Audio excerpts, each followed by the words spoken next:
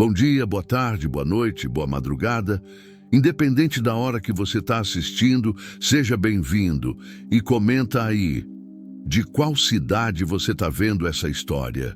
E se essa história apareceu para você, é porque ela merece ser ouvida. Então, já se inscreve no canal para não perder mais nenhuma como essa. 60 anos de idade, 5 de viuvez. Uma casa grande e vazia que mais parecia um cemitério com portas abertas. Eu me chamava João dos Santos e desde que Maria partira, vivia só com o cavalo e o gado aqui nas terras de Formosa, interior de Goiás. Naquela tarde de março, o sol rachava a terra seca como se quisesse abrir feridas no chão. O calor subia do solo vermelho em ondas que tremulavam no ar, fazendo tudo parecer um sonho ruim. Eu voltava da lida montado no tordilho, meu cavalo zaino que já conhecia cada curva daquela estrada de terra batida. Os cascos dele levantavam nuvens de poeira que grudavam na minha pele suada, misturando com o sal do suor e a amargura dos dias. 5 anos desde que enterrei Maria no cemitério da cidade. 5 anos caminhando por essa fazenda como um fantasma, fazendo apenas o que precisava ser feito para não morrer de fome. Levantar antes do sol, dar trato ao gado, consertar cerca, comer sozinho, dormir em silêncio. Todos os dias iguais, todos pesando nas costas como um fardo que eu carregava sem saber por quê. A Fazenda dos Santos era conhecida na região. 800 hectares de terra boa, cortados pelo córrego da Pedra Branca, com pasto formado e curral de aroeira que resistia ao tempo e ao cupim. Meu avô tinha chegado aqui nos anos 20, vindo de Minas, com uma mala e muita esperança. Meu pai herdou a terra e a fé.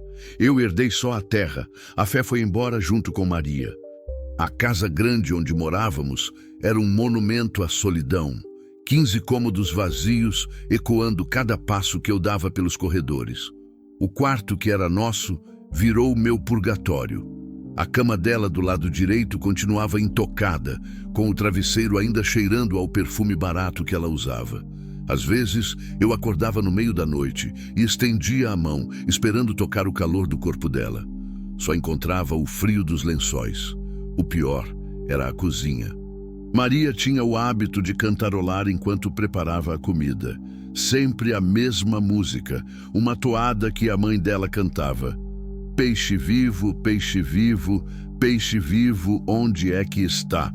Agora, quando eu entrava na cozinha, o silêncio era tão denso que parecia que eu podia tocá-lo. As panelas de barro dela continuavam penduradas no mesmo lugar. As colheres de pau organizadas no potinho de cerâmica, tudo exatamente como ela deixara. Eu não mudava nada, porque mudar seria aceitar que ela não voltaria mais. Na sala, o retrato de casamento de nós dois ficava na mesinha de centro, dentro de uma moldura de prata que ela ganhou da madrinha. Eu limpava o vidro toda semana, religiosamente, para não juntar poeira. Na foto, eu tinha 35 anos. Era um homem forte e cheio de sonhos. Maria, aos 25, sorria para a câmera com aqueles dentes pequenos e perfeitos, os olhos brilhando de felicidade. Éramos tão jovens, tão cheios de planos. Íamos ter filhos, criar gado, construir um império no interior de Goiás. A vida tinha outros planos. Os vizinhos mais próximos moravam a 15 quilômetros. Gente boa, mas que foi se afastando depois que Maria morreu. É que eu virei um homem amargo, de poucas palavras e muita bebida. Quando alguém vinha visitar, eu mal olhava nos olhos, respondia com grunhidos, deixava claro que queria ficar sozinho. Até que pararam de vir. Seu Genésio e Dona Lourdes ainda tentaram por uns 2 anos. Apareciam de vez em quando com alguma desculpa, devolver uma ferramenta emprestada, avisar sobre gado solto, trazer notícia da cidade. Mas eu os recebia mal, não oferecia nenhum cafezinho, ficava impaciente até eles irem embora. Dona Lourdes sempre perguntava se eu não queria jantar na casa deles domingo, se não precisava de alguma coisa, se não queria que ela mandasse a filha limpar a casa. Eu sempre dizia que não. Obrigado. Estava bem sozinho. João, você não pode viver assim, disse Dona Lourdes na última vez que veio aqui. Maria não ia querer te ver desse jeito. Maria não tá aqui para ver. Respondi seco. E eu vivo como quero. Ela foi embora chorando e desde então não voltou mais. Seu Genésio passou algumas vezes ainda, mas só acenou de longe sem parar. Depois parou de acenar também. Eu tinha conseguido o que queria, ficar sozinho com minha dor. O Tordilho era minha única companhia de verdade. Ele entendia meu humor sem precisar de explicação. Quando eu estava mais triste, ele caminhava mais devagar. Quando a raiva tomava conta, ele acelerava o passo como se quisesse fugir comigo de tudo aquilo. Era um cavalo inteligente, de olhos grandes e mansos, que Maria havia escolhido num leilão em Planaltina anos atrás. Esse aí tem alma boa, João, ela tinha dito passando a mão no pescoço do animal. Vai cuidar de nós dois. E cuidou. Depois que ela se foi o Tordilho que me puxou da cama em muitas manhãs, quando eu não via sentido em levantar. Era ele que me obrigava a sair de casa, nem que fosse só para dar uma volta pelos pastos, como se soubesse que um homem não pode virar bicho por completo. Teve uma época, uns 2 anos depois da morte da Maria, que eu pensei em vender tudo e me mudar para a cidade.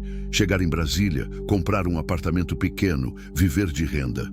Mas sempre que eu subia no Tordilho e cavalgava pela propriedade, vendo o gado pastando, os pés de pequi carregados, o córrego correndo mansinho entre as pedras, eu mudava de ideia.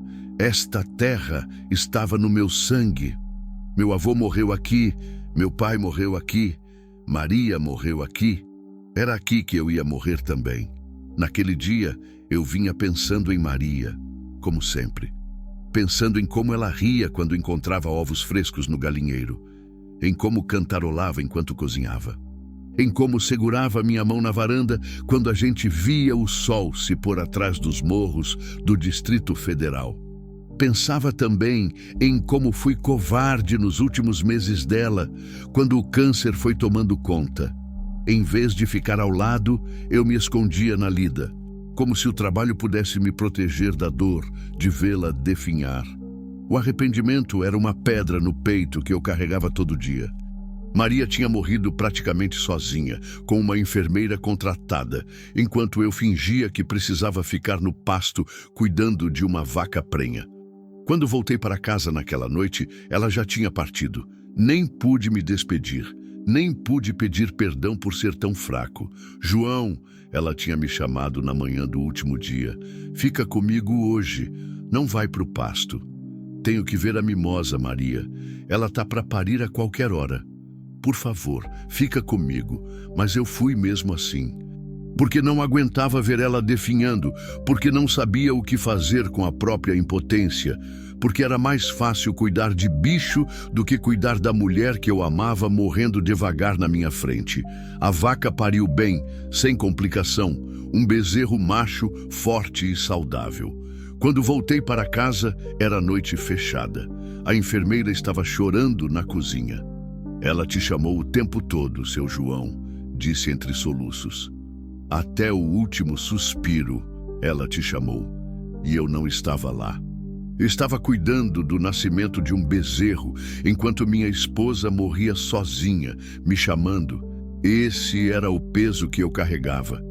Não só a saudade dela, mas a culpa de ter sido covarde na hora que ela mais precisou de mim.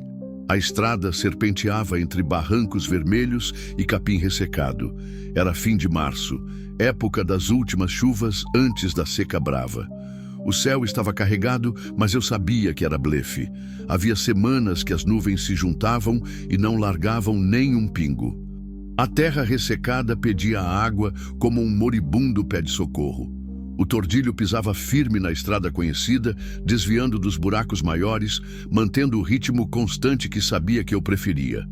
Não era cavalo de corrida, mas era cavalo de confiança.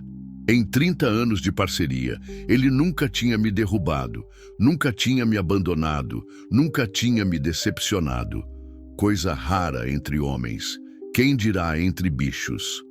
Eu ia distraído, perdido nos pensamentos, quando aconteceu. Um grito. Não era grito de bicho, eu conhecia todos os sons desta mata. Não era porco do mato assustado, nem miado de gato no cio, nem urro de boi bravo, nem ganido de cachorro ferido. Era grito humano, grito de desespero que me gelou o sangue e fez o tordilho parar de uma vez, tremendo as orelhas. Aquele som rasgou o silêncio do cerrado como uma facada. Vinha de algum lugar próximo à Ponte Velha, onde o córrego fazia uma curva entre as árvores. Meu coração disparou. Fazia anos que não ouvia a voz humana cheia de tanto medo. Era um grito agudo, feminino, carregado de terror puro. O tordilho bufou, nervoso. As narinas dilatadas, as orelhas em pé, todo o corpo tenso. Ele também tinha sentido que algo estava muito errado. Esporeei devagar, pedindo que ele seguisse, mas cada passo parecia mais pesado que o anterior. O vento mudou de direção e trouxe um cheiro estranho, cheiro de medo, de suor, de algo selvagem que não conseguia identificar. Por um momento pensei em dar meia volta. O que fosse que estava acontecendo lá na frente não era problema meu. Eu tinha me isolado do mundo justamente para não ter que lidar com problemas dos outros, para não ter que me importar com nada além da minha própria dor. Mas o grito veio de novo, mais fraco, mais desesperado. E alguma coisa no meu peito, alguma coisa que eu achava que tinha morrido junto com Maria, me impediu de virar as costas. Talvez fosse a lembrança da voz dela dizendo que eu tinha coração bom. Talvez fosse só instinto mesmo. Talvez fosse Deus me dando uma última chance de fazer alguma coisa que prestasse na vida. Foi quando ouvi o terceiro som. Um rugido profundo, grave, que fez minha espinha gelar por completo. Rugido de onça. E não era longe, era bem próximo de onde tinha vindo o grito. O tordilho tremeu inteiro. Quis dar meia volta e sair correndo. Eu também senti vontade de fugir. Onça era coisa séria. Bicho que matava boi adulto de uma mordida no pescoço, que subia em árvore como gato e nadava melhor que capivara. Se fosse onça mesmo, e pelo som era, quem quer que tivesse gritado estava em perigo mortal. Puxei a espingarda velha de calibre 12 que sempre carregava na sela. Era uma arma da época do meu pai, mas ainda funcionava bem. Carreguei os 2 canos com mãos que tremiam ligeiramente, o coração batendo forte no peito. Se fosse onça mesmo, eu precisaria de toda a sorte do mundo para não virar jantar. E se fosse onça com filhote, então nem adianta rezar. A cada passo, o medo crescia, mas junto com ele, algo que eu não sentia há 5 anos também crescia. A sensação de que eu poderia fazer diferença na vida de alguém. De que talvez minha presença naquele lugar, naquela hora, não fosse apenas coincidência.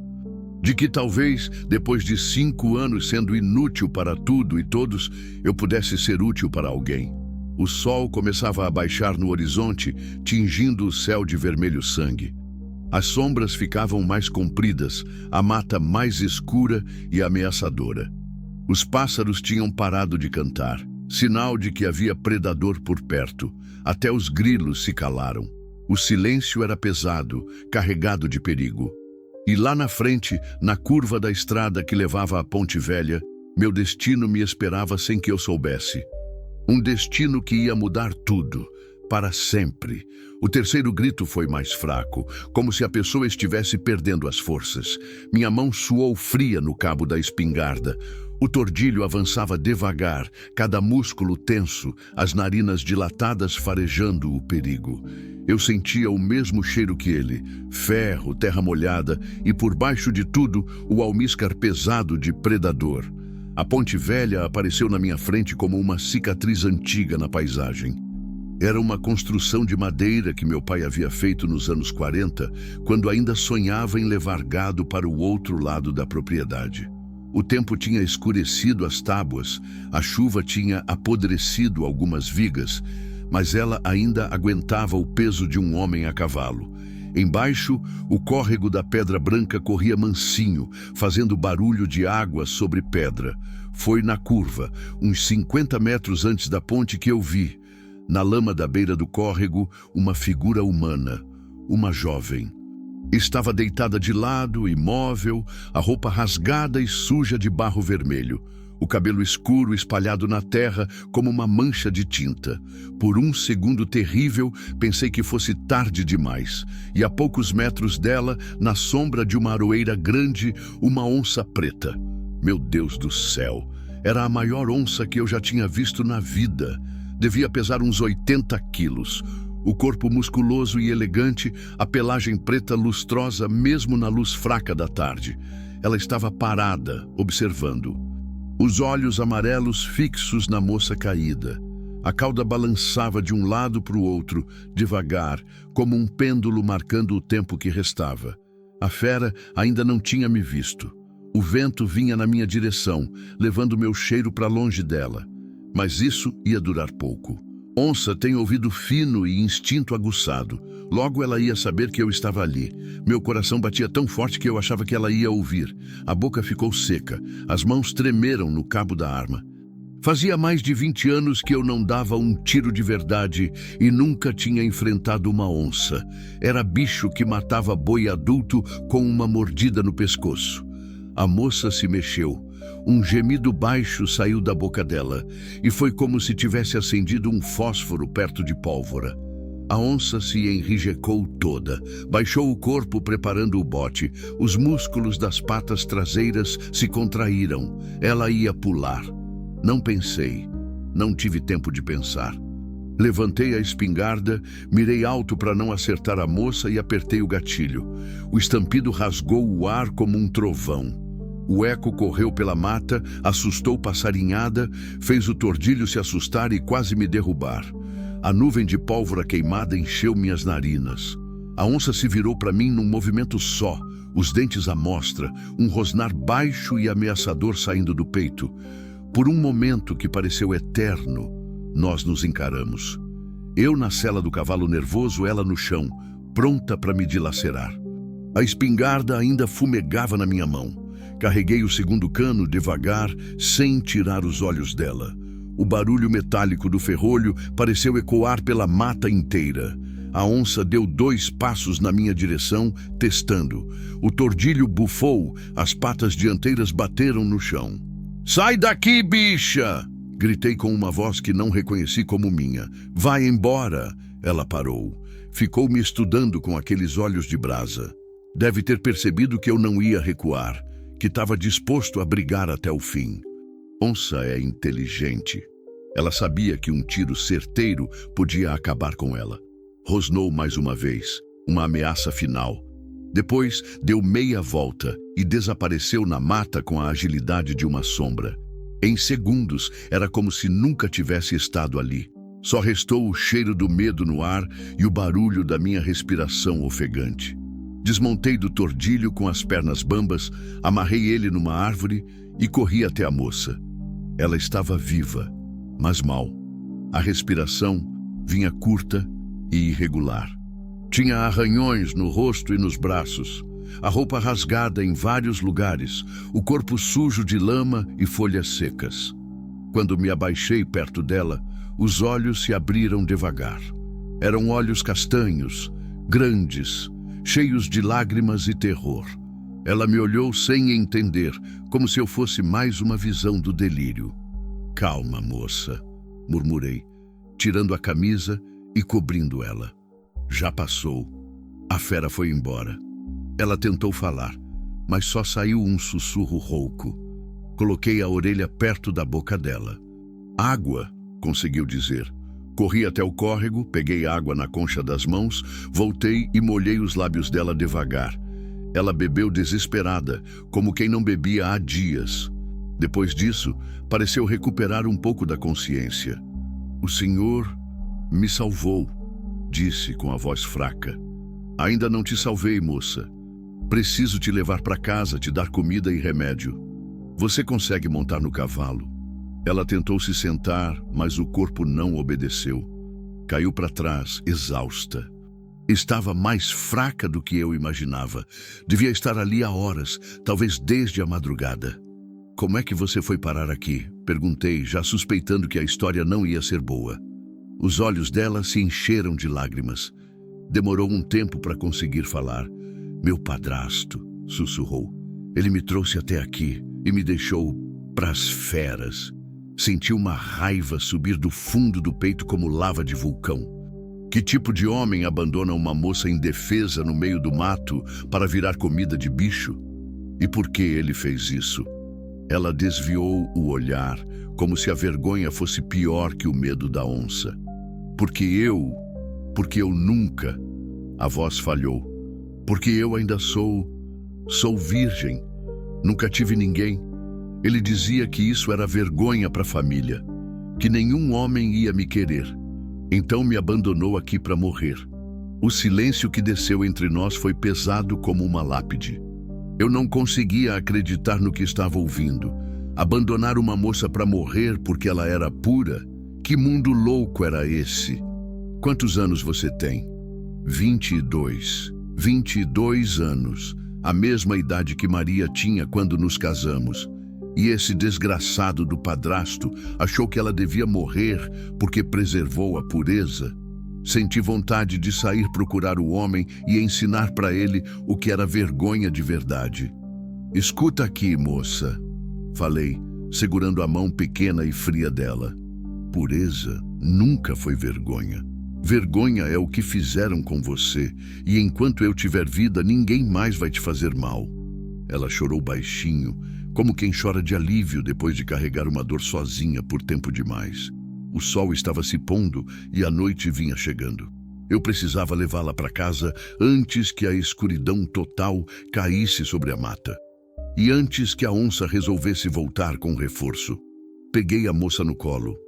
Era leve como um passarinho, mas cada gemido de dor que saía da boca dela era como uma facada no meu coração. Consegui colocá-la na frente da sela, segurei firme para que não caísse e partimos para casa. Durante o trajeto, ela desmaiou 2 vezes. Eu parava, molhava o rosto dela com água da cantimplora, esperava ela voltar a si e seguíamos. O tordilho, como se entendesse a situação, caminhava com cuidado redobrado, evitando buracos e pedras. Quando chegamos na fazenda, a lua já estava alta no céu. A casa, que por 5 anos tinha sido um túmulo silencioso, de repente ganhou vida nova. Acendi as luzes, esquentei água, preparei uma cama no quarto de hóspedes que Maria sempre mantinha pronto para visitas que nunca vinham. Enquanto eu cuidava dos ferimentos da moça, arranhões superficiais, mas muitos, ela me contou a história completa. O nome dela era Ana. Tinha perdido a mãe aos 15 anos. O pai tinha se casado de novo com uma mulher amarga que nunca a aceitou. Quando o pai morreu 2 anos atrás, ela ficou na dependência total do padrasto. Ele era um homem cruel que via Ana como um fardo, queria se livrar dela, mas não conseguia empurrá-la para nenhum pretendente, porque ela se recusava a se entregar antes do casamento. Na cabeça doente dele, uma moça de 22 anos que ainda era virgem devia ter algum problema. Ontem de manhã ele me acordou dizendo que íamos passear, contou Ana, enquanto eu limpava um corte no braço dela. Me colocou na carroça e veio vindo para cá. Quando chegou perto da ponte, mandou eu descer. Disse que eu era uma vergonha e que ele não ia mais sustentar uma encalhada, que os bichos do mato iam dar jeito em mim. E ele foi embora e te deixou? Foi, e ainda riu quando eu implorei para ele me levar de volta. A raiva que senti naquela hora foi diferente de tudo que eu já tinha sentido na vida. Era uma raiva limpa, justa, que me dava forças em vez de me diminuir. Se eu encontrasse aquele homem, ia fazer ele pagar caro pelo que fez. Preparei um caldo de galinha, o único jeito que eu sabia de mostrar cuidado. Ana comeu devagar, como quem não comia há muito tempo. Entre uma colherada e outra, ela me olhava como se ainda não acreditasse que estava viva e protegida. Porque o Senhor me salvou? Perguntou de repente. A pergunta me pegou desprevenido. Por que mesmo? Eu podia ter dado o tiro de advertência e ido embora. Podia ter deixado o destino seguir seu curso. Por que arrisquei minha vida por uma estranha?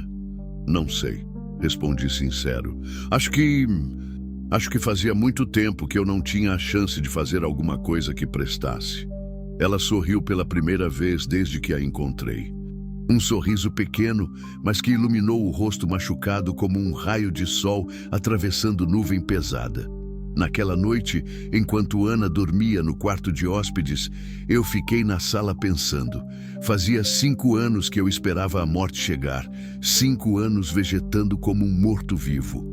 E de repente, numa tarde qualquer, a vida tinha batido na minha porta de novo, na forma de uma moça abandonada por quem deveria protegê-la. Talvez Maria estivesse certa quando dizia que eu tinha coração bom. Talvez esse encontro não fosse coincidência. Talvez fosse a chance que eu estava esperando sem saber para voltar a ser humano de verdade. O primeiro passo tinha sido dado. Agora restava descobrir onde essa estrada ia dar. Acordei no outro dia com um barulho que não ouvia há 5 anos. Passos no corredor da casa. Por um momento, ainda meio dormindo, pensei que fosse Maria voltando da cozinha com café. Depois a realidade voltou como um tapa na cara e eu me lembrei da moça. Ana. Levantei depressa, vesti a roupa e fui ver como ela estava. Encontrei ela na cozinha, mexendo numa panela no fogão a lenha. Tinha lavado o rosto e penteado o cabelo como dava, mas ainda estava com a roupa rasgada da véspera. Bom dia, disse ela, sem me olhar nos olhos. Espero que não se importe. Achei uns ovos e fiz uma mexida. Claro que não me importo. Casa é sua também, enquanto precisar. Ela parou de mexer na panela e me encarou. O senhor nem sabe meu nome completo e está me oferecendo casa? João dos Santos, me apresentei estendendo a mão. E você é Ana? Ana como? Ana Ferreira. A mão dela era pequena e calejada, mão de quem trabalhava pesado. Café da manhã foi estranho. Fazia tanto tempo que eu comia sozinho que ter alguém do outro lado da mesa parecia coisa de outro mundo. Ana comia devagar, mastigando cada pedaço como se fosse o último. Eu ficava olhando sem querer, pensando em como ela era diferente de Maria. Maria era morena clara, de cabelo cacheado e jeito falante. Ana era mais escura, cabelo liso e preto, jeito quieto. Mas tinha uma coisa parecida nas duas. Aquele jeito de olhar o mundo como se estivesse sempre procurando o lado bom das coisas. Preciso ir na cidade hoje, falei depois de um tempo. Comprar roupa para você, remédio para esses arranhões. Você fica aqui descansando. Não precisa gastar dinheiro comigo, seu João. Não é gasto, é necessidade. Ela baixou a cabeça. Eu não tenho como pagar. Quem falou em pagamento? Você não me deve nada, Ana. Pelo contrário. Ela me olhou sem entender. Pelo contrário, como? Custei a encontrar as palavras certas. Faz 5 anos que essa casa está morta. Desde ontem à noite, ela voltou a ter vida. Quem tem que agradecer sou eu. Vi os olhos dela se encherem de lágrimas, mas ela não chorou. Estava aprendendo que Ana era do tipo que guardava as emoções para dentro. Selei o tordilho e parti para Formosa.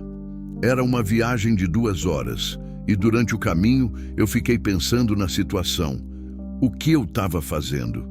Levando uma estranha para casa, oferecendo abrigo sem prazo para sair, comprando roupa para ela como se fosse família. Qualquer pessoa sensata ia dizer que eu estava doido. Mas fazia tanto tempo que eu não me sentia útil para alguma coisa que não conseguia parar. Era como se uma parte de mim que tinha morrido junto com Maria tivesse ressuscitado na hora que vi Ana ameaçada pela onça. Na cidade, comprei 3 vestidos simples, roupa íntima, um par de sapatos, pomada para ferimentos e vitaminas para fortalecer. Na farmácia, o seu Benedito, que me conhecia desde menino, fez cara de espanto. Uai, João, que história é essa de comprar roupa de mulher? Tenho uma hóspede em casa, respondi seco, sem dar detalhes. Hóspede? Os olhos dele brilharam de curiosidade. Que tipo de hóspede? Do tipo que não é da sua conta, Benedito. Ele riu, meio sem graça. Desculpa, João. É que desde que a Maria... Bem, você não recebe ninguém em casa. Era verdade. Depois que Maria morreu, eu tinha virado um ermitão. Não queria visita, não queria conversa, não queria nada que me lembrasse que o mundo continuava girando sem ela. No caminho de volta, fiquei imaginando como Ana ia reagir às roupas. Maria sempre ficava feliz quando eu trazia alguma coisa para ela da cidade. Será que Ana ia gostar? Será que eu tinha acertado no tamanho? Quando cheguei em casa, encontrei Ana no quintal, alimentando as galinhas. Tinha achado um avental velho da Maria no guarda-roupa e vestido por cima da roupa rasgada. Ver ela usando uma peça da minha falecida esposa me deu um aperto no peito, mas não foi ruim. Era como se a Maria tivesse deixado uma parte dela para cuidar de Ana. Trouxe umas coisas para você, falei, entregando os pacotes. Ana abriu devagar, como se fosse presente de Natal. Quando viu os vestidos, o rosto se iluminou de um jeito que me fez lembrar por que vale a pena ver gente feliz. Seu João, isso aqui é demais. Deve ter custado uma fortuna. Bobagem. Você precisa de roupa decente. Ela segurou um dos vestidos contra o corpo. Era azul claro, simples, mas bonito. Faz tempo que eu não ganho nada novo. Desde quando? Desde que minha mãe morreu. 7 anos. 7 anos. A moça tinha passado 7 anos usando roupa velha, remendada, enquanto o padrasto provavelmente gastava dinheiro com cachaça e jogatina. Senti a raiva voltando, mas me controlei. Ana foi para o quarto se trocar. Quando voltou, vestindo o vestido azul, eu quase não acreditei na transformação. Parecia outra pessoa. O azul realçava os olhos castanhos. O cabelo limpo e penteado brilhava no sol da tarde. Era uma moça bonita, sem dúvida. Como é que nenhum rapaz tinha se interessado por ela? Ficou bonito, falei meio sem jeito. Ela corou. Obrigada. Faz tempo que eu não me sinto bem comigo mesma. Naquela noite, depois do jantar, nós ficamos na varanda conversando. Ana me contou mais da vida dela. A mãe tinha sido costureira, ensinara para ela todos os segredos da profissão. O pai era tropeiro, homem trabalhador, mas que morreu cedo, de febre. A madrasta chegou prometendo cuidar de tudo, mas logo mostrou as garras. Ela convenceu meu pai a dar procuração para ela de todos os bens, contou Ana. Quando ele morreu, descobri que não sobrou nada para mim. A casa, a terra, tudo ficou no nome dela. Eu virei empregada na minha própria casa. E por que você não saiu? Não procurou trabalho em outro lugar? Tentei, mas ela espalhava histórias sobre mim na cidade. Dizia que eu era preguiçosa, desonesta, que tinha problema na cabeça. Ninguém queria me dar emprego. Era uma armadilha perfeita. E isolaram Ana de todo mundo, tiraram dela qualquer chance de independência e depois a culparam por não conseguir se virar sozinha. E pretendentes. Nunca apareceu nenhum rapaz interessado. Ana ficou quieta por um tempo. Apareceram alguns, mas quando eles descobriam que eu não ia me entregar antes do casamento, desistiam.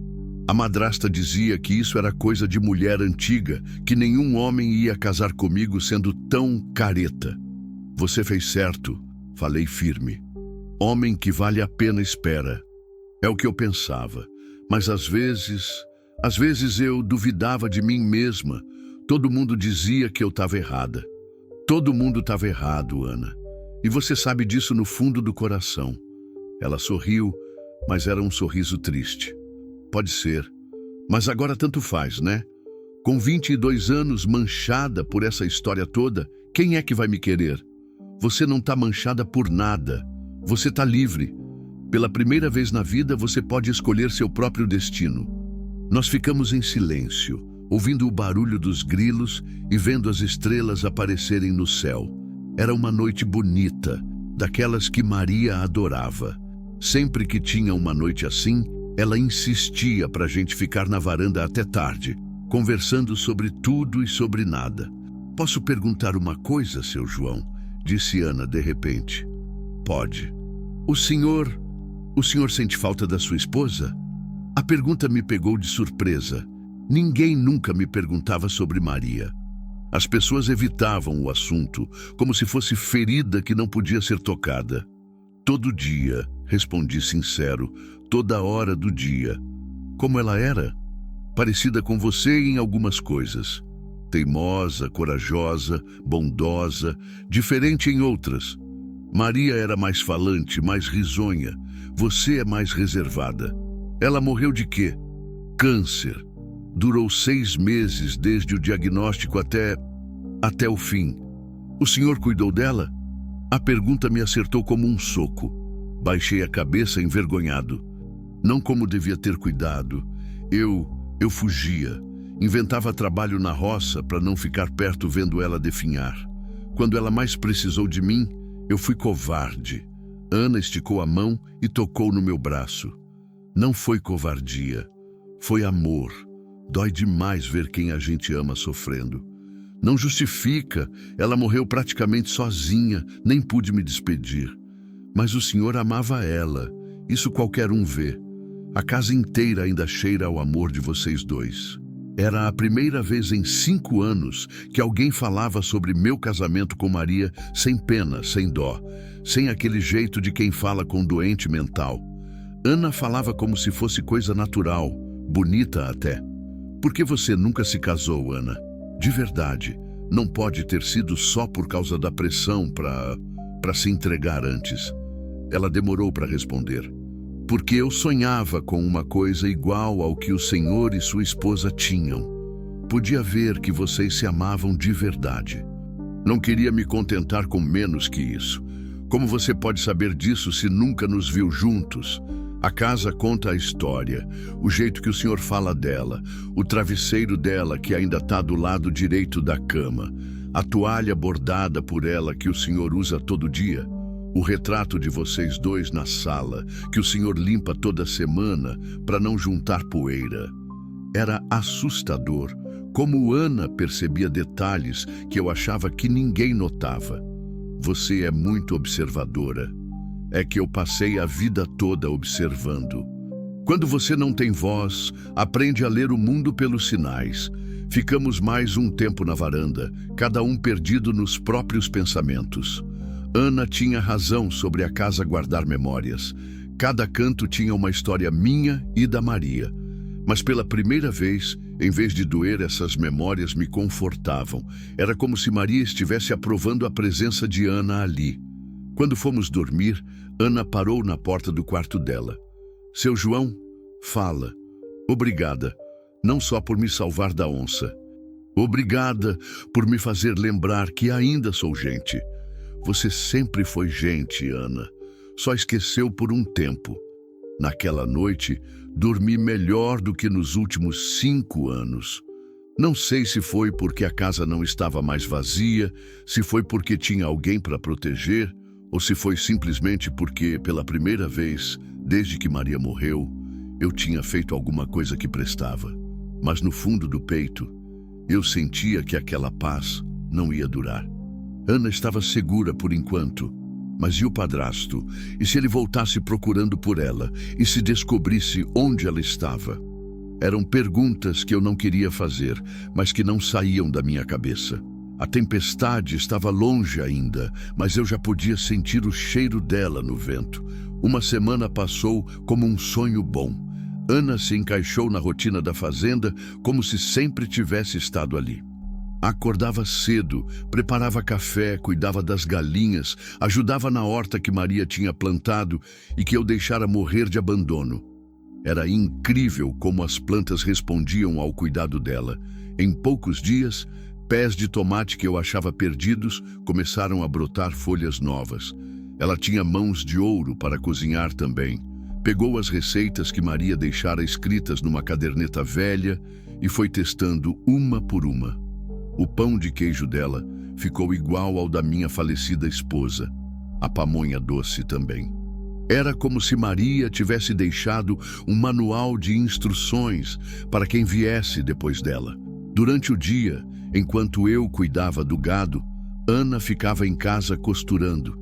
Tinha achado a máquina antiga da Maria no quarto de costura e passava horas ali, consertando roupas minhas que estavam rasgadas, fazendo novos vestidos para si mesma com tecidos que sobraram do tempo da minha esposa. O barulho da máquina ecoava pela casa como uma melodia, preenchendo o silêncio que me acompanhava há 5 anos. Mas o que mais me impressionava era como Ana se transformara. A moça assustada e machucada que eu trouxera da beira do córrego tinha dado lugar a uma mulher confiante, que sorria com facilidade e falava sem medo. Era como se ela estivesse se lembrando de quem realmente era antes de tantos anos de humilhação. Seu João, disse ela numa tarde de quinta-feira, enquanto eu consertava a cerca do pasto. Posso perguntar uma coisa? Pode. Por que o senhor nunca se casou de novo? Um homem como o senhor, com essa fazenda toda, essa bondade, deve ter tido muitas oportunidades. Parei o que estava fazendo. Era uma pergunta que eu mesmo me fazia às vezes, nas noites de insônia. Nunca encontrei ninguém que fizesse meu coração bater diferente, respondi sincero. E depois de um tempo, parei de procurar. Mas o senhor ainda é jovem. 50 e 60. 60 anos não é velho. Tem vida inteira pela frente ainda. Ri sem alegria. Não me sinto jovem, Ana. Me sinto como um homem que já viveu tudo que tinha para viver. Isso não é verdade. Ela se aproximou, ficou perto da cerca onde eu trabalhava. Desde que cheguei aqui, vejo o senhor mudando todo dia. Sorrindo mais, falando mais, cuidando melhor de si mesmo. Parece que estava só esperando uma razão para voltar a viver. As palavras dela me tocaram fundo. Era verdade que eu me sentia diferente, mais leve. Como se um peso que eu carregava nas costas tivesse diminuído. E você, Ana? O que pretende fazer da vida? Ela ficou quieta, olhando para o horizonte. Não sei. Pela primeira vez em 7 anos posso escolher. É assustador e libertador ao mesmo tempo. Sabe costurar melhor que qualquer costureira da cidade. Podia montar um negócio. Com que dinheiro? E onde? Quem é que vai dar trabalho para uma mulher sem família, sem referências? Eu dou. As palavras saíram da minha boca antes que eu pudesse pensar nelas. Ana me olhou surpresa. O senhor está falando sério? Estou. Você pode ficar aqui, montar um ateliê na sala que a Maria usava para costura. Eu financio o material, você faz o trabalho, dividimos o lucro. Seu João, isso é generoso demais. Não é generosidade, é negócio. Você tem talento, eu tenho espaço e dinheiro parado. Faz sentido para todo mundo. Vi os olhos dela brilharem. Pela primeira vez desde que a conheci, Ana estava vislumbrando um futuro que dependia só dela mesma. Posso pensar? Claro, não tem pressa. Naquela noite, Ana ficou agitada. Dava para ouvir ela andando no quarto até tarde, provavelmente imaginando como seria ter um negócio próprio, ser independente, não dever favor para ninguém. Eu também fiquei acordado, mas por outro motivo. Tinha uma inquietação estranha no peito, uma sensação de que alguma coisa ruim estava se aproximando. Era um instinto que eu desenvolvera ao longo dos anos. O mesmo que me avisava quando ia chover, quando o gado estava doente, quando havia predador rondando a propriedade. E na sexta-feira de manhã, meu instinto se confirmou. Eu estava no pasto, contando o gado, quando ouvi o barulho de motor se aproximando. Veículo subindo a estrada de terra que levava à fazenda. Não era o correio. Eles só vinham às terças. Não era vizinho. Eles sempre avisavam antes de vir. Montei no tordilho e cavalguei até um ponto alto do terreno, de onde dava para ver a estrada. Era uma caminhonete velha, azul desbotada, levantando uma nuvem de poeira. Dentro, consegui distinguir 2 figuras, um homem dirigindo e uma mulher no banco do passageiro. Meu sangue gelou. Tinha certeza de quem eram. Desci correndo para casa. Ana estava no quintal, estendendo roupa no varal. Quando me viu chegando apressado, o rosto dela ficou branco. O que foi, seu João? Eles estão vindo. Seu padrasto e sua madrasta. Vi a caminhonete na estrada. Ana largou a roupa que estava segurando. O lençol caiu na terra e ficou sujo, mas ela nem percebeu. Não pode ser. Como eles descobriram onde eu tô? Cidade pequena, Ana. Alguém deve ter visto eu comprando roupa de mulher e espalhado a notícia. O barulho do motor estava ficando mais próximo. Ana começou a tremer. Ele vai me levar de volta. Vai me bater. Vai... A voz dela falhou. Não vai, não. Peguei ela pelos ombros, firme, mas delicado. Você é maior de idade. Ninguém pode te obrigar a ir com ele. O senhor não conhece ele, seu João. Quando quer uma coisa, não desiste. E se o senhor se meter, deixa comigo. A caminhonete parou no pátio da casa numa freada brusca. 2 pessoas desceram. Um homem de uns 50 anos, barrigudo, com cara de poucos amigos, e uma mulher magra, de rosto azedo, que devia ser a madrasta. Os 2 vinham caminhando na nossa direção com ar de quem vinha cobrar uma dívida. "Ana!" gritou o homem. "Sai daí de dentro, menina. Chegou a hora de você voltar para casa." Ana se escondeu atrás de mim, tremendo. Eu me posicionei na frente dela, bloqueando o caminho. "A moça não vai a lugar nenhum", falei, mantendo a voz calma. O homem me olhou de cima a baixo, avaliando. "E quem é o senhor para se meter na vida da nossa família?" "João dos Santos, e essa aqui é minha propriedade." "A moça está aqui por livre e espontânea vontade." "Livre e espontânea vontade?" A mulher deu uma risada seca. "Essa aí não tem vontade própria. É uma inútil, uma encostada. O senhor não sabe com quem está se metendo." "Sei sim. Tô me metendo com uma moça trabalhadora, honesta e corajosa. Coisa que vocês não souberam reconhecer." O rosto do homem ficou vermelho. "Escuta aqui, velho. Eu sou responsável por essa menina. Ela vai comigo, querendo ou não. Ela tem 22 anos. É adulta. Não precisa da autorização de ninguém para decidir onde quer morar." "Ana!" ele berrou, tentando enxergar ela atrás de mim. "Para com essa palhaçada e vem cá. Você sabe que não tem para onde ir." Ana saiu de trás de mim, mas ficou ao meu lado. Estava pálida, mas não recuou. "Eu não vou com vocês", disse com a voz trêmula, mas firme. "Nunca mais." "Não vai?" O homem deu um passo à frente, ameaçador. "Esqueceu que tudo que você tem, até a roupa do corpo, eu que dei? A roupa que ela tá usando, eu que comprei?" Interferi. "E ela não deve nada para vocês. Pelo contrário." "Pelo contrário como?" "Vocês abandonaram ela no meio da mata para morrer. Se não fosse eu passar na hora certa, ela teria virado comida de onça." A mulher fez cara de deboche. "Onça? Que história é essa?" "A história verdadeira. Vocês largaram ela na beira do córrego da Pedra Branca e foram embora. Quando eu cheguei, tinha uma onça preta a poucos metros dela, pronta para atacar." "Mentira!" disse o homem, mas consegui ver um lampejo de culpa nos olhos dele. "Não é mentira, não. E vocês sabem disso. Vocês esperavam que ela morresse mesmo. Só não contavam que alguém fosse aparecer para salvar." Ana encontrou coragem e deu um passo à frente. "Vocês me odeiam desde que minha mãe morreu. Sempre me trataram como empregada. Me humilharam. Espalharam mentiras sobre mim. E quando eu me recusei a me rebaixar do jeito que vocês queriam, me abandonaram para morrer." "Você sempre foi uma ingrata", gritou a madrasta.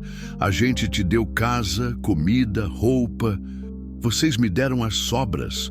Ana estava crescendo na discussão.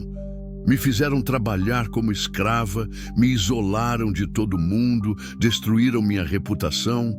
E quando eu não quis me prostituir para agradar vocês, me jogaram fora como lixo."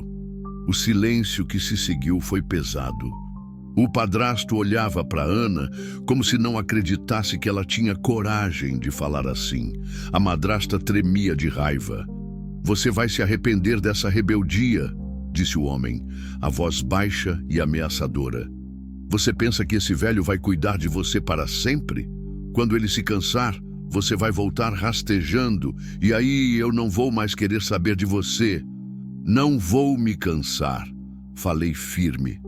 E mesmo que me cansasse, Ana é dona do próprio destino. Ela não precisa de mim para sobreviver.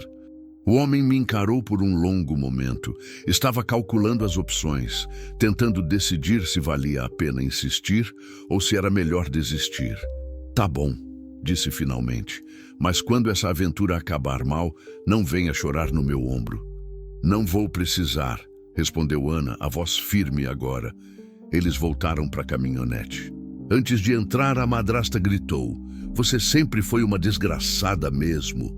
Sua mãe se reviraria no caixão se soubesse que tipo de mulher você virou. Minha mãe ficaria orgulhosa de mim. Ana gritou de volta. Porque ela me ensinou a ter dignidade. A caminhonete partiu numa nuvem de poeira e barulho de motor desregulado. Ficamos parados no pátio, vendo eles se afastarem até desaparecerem na curva da estrada. Ana desabou. Começou a chorar, mas não era choro de tristeza. Era choro de alívio, de libertação. Pela primeira vez na vida, ela tinha enfrentado os algozes e saído vitoriosa. Acabou, murmurei, passando o braço pelos ombros dela. Eles não vão mais incomodar você. Tem certeza? Tenho. Viram que você não está mais sozinha, e homem covarde como aquele não gosta de confusão. Naquela noite, Ana estava irrequieta. Andava pela casa como um bicho enjaulado, olhava pela janela a cada barulho, sobressaltava com qualquer som. Eles podem voltar, disse ela enquanto jantávamos. Podem, mas se voltarem vão encontrar a mesma resposta. E se trouxerem outras pessoas? E se inventarem alguma mentira para me prejudicar? Ana, olha para mim. Esperei ela me encarar. Você passou a vida toda com medo. Medo de contrariar, medo de falar, medo de viver. Não pode viver assim para sempre. Mas e se? Não tem e se, tem só o agora. E agora você está livre. Pela primeira vez na vida, você pode fazer escolhas sem medo. Não joga essa chance fora. Ela suspirou fundo. O senhor tem razão. É que é difícil acreditar que pode ser assim tão simples. Não é simples. Liberdade nunca é simples. Mas é possível. E você já provou isso hoje quando enfrentou eles. Naquela noite, pela primeira vez, desde que Ana chegara, eu tranquei todas as portas da casa. Não porque achasse que eles fossem voltar, mas porque Ana precisava se sentir segura para conseguir dormir. E deitado na minha cama, ouvindo o silêncio da fazenda, eu percebi que alguma coisa tinha mudado em mim também. Por 5 anos, eu tinha vivido como um morto-vivo, esperando o tempo passar.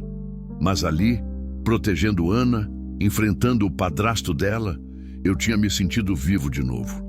Era estranho descobrir que, às vezes, a gente precisa cuidar de alguém para lembrar do próprio valor. Ana tinha me salvado tanto quanto eu tinha salvado ela. A diferença é que eu levei mais tempo para perceber.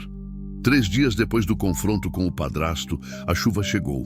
Não foi aquela chuvinha mansa de fim de tarde que refresca o ar e vai embora. Foi uma tempestade de verdade, daquelas que nascem no horizonte como uma parede preta e varrem tudo pela frente. Eu estava no curral, medicando uma vaca que tinha machucado o casco, quando vi as nuvens se juntando no céu. O vento mudou de direção, ficou mais frio, trazia cheiro de terra molhada e eletricidade. Os animais sentiram também. O gado se agrupou debaixo das árvores, as galinhas correram para o galinheiro, até o tordilho ficou inquieto na cocheira. Ana! Gritei correndo para casa. Vem me ajudar a fechar as janelas! Ela saiu da sala de costura, onde trabalhava numa saia nova. Nos últimos dias, depois da visita indesejada, Ana tinha se dedicado ao trabalho com uma intensidade que me preocupava. Era como se quisesse provar para si mesma que era capaz de se sustentar, que não dependia de ninguém. Vai ser temporal feio. falei enquanto trancávamos as janelas da sala. Dessas que derrubam árvore e levam telhado. Faz tempo que não vejo uma chuva de verdade, disse Ana olhando pela fresta da janela. Lá na cidade, quando chovia assim, a gente ficava com medo do barraco cair. Barraco? Era onde a gente morava depois que meu pai morreu. Um cômodo só no fundo do quintal da madrasta. Goteira, parede rachada, tudo úmido. Quando chovia forte, eu passava a noite acordada, com medo.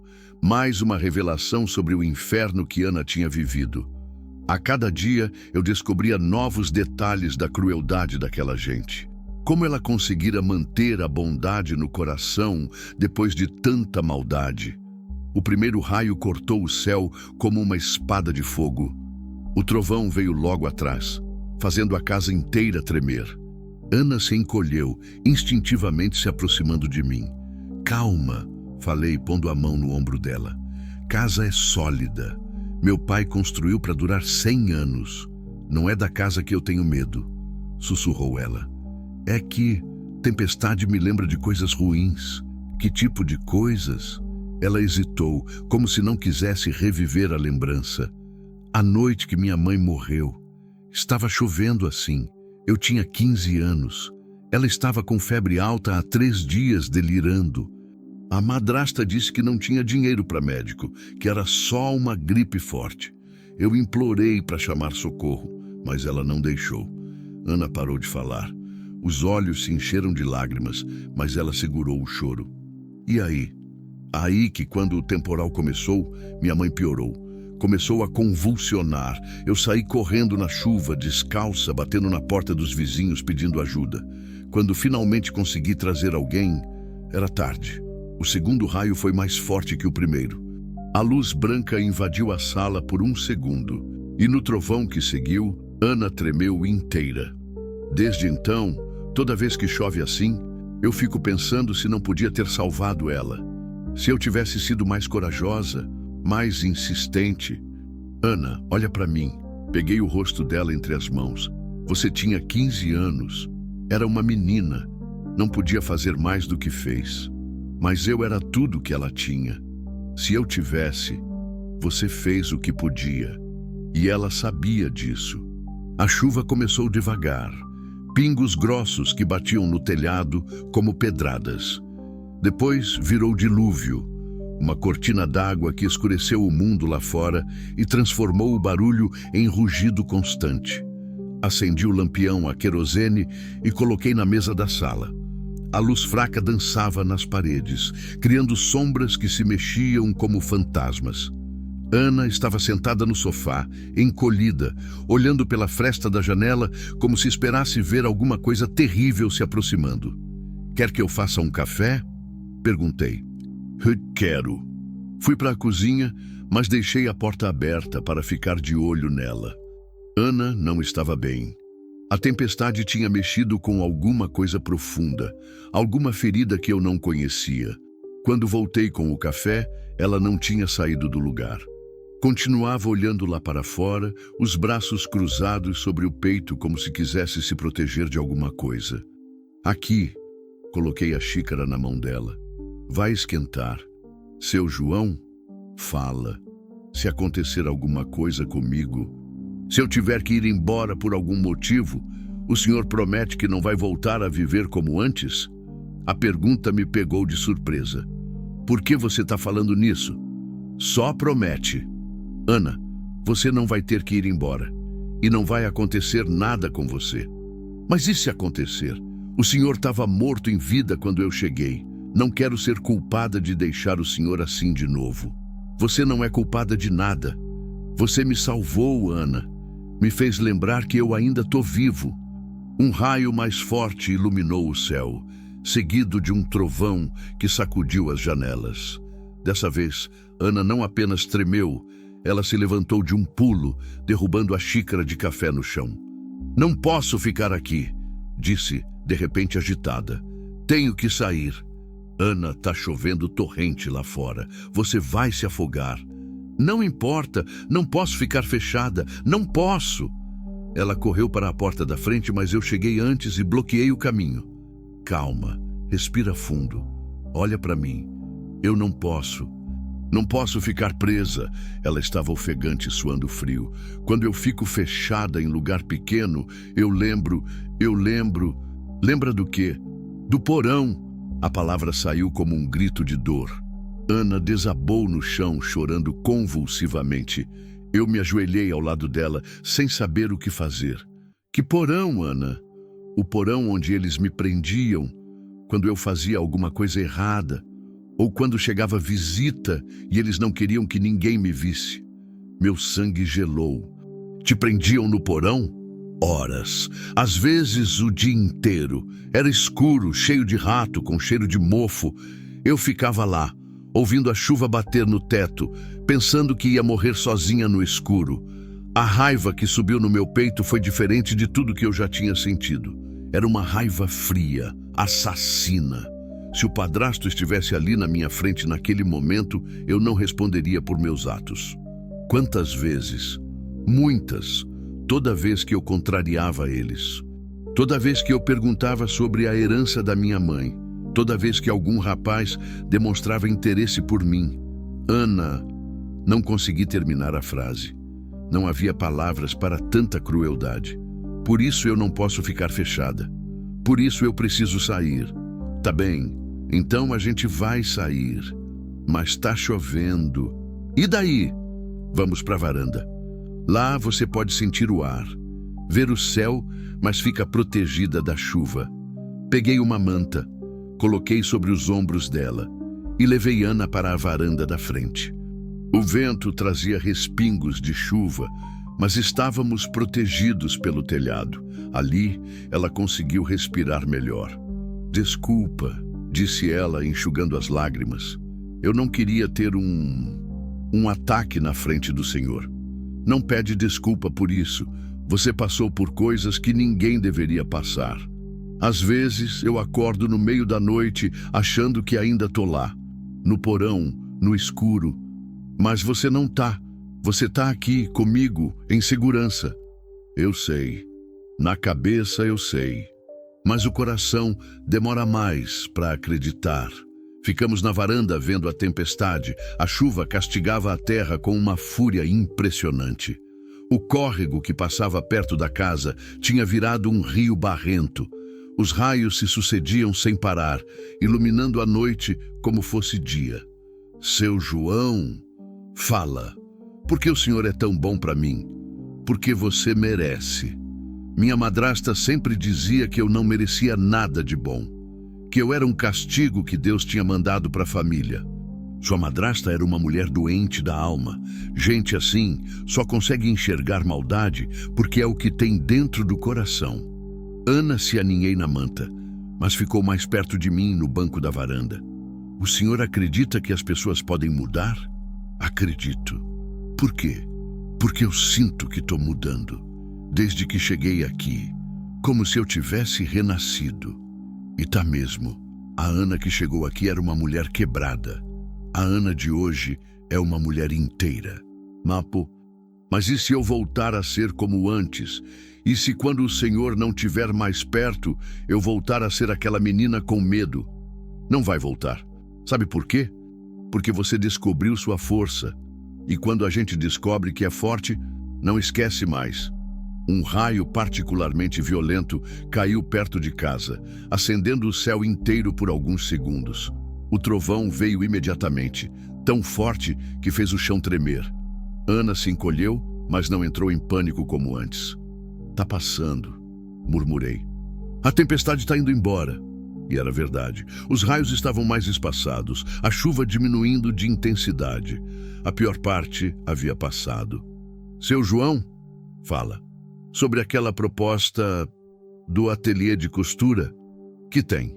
Eu aceito. Quero tentar. Tem certeza? Tenho. Preciso provar para mim mesma que posso me sustentar, que posso construir uma vida com as próprias mãos. Então vamos começar amanhã.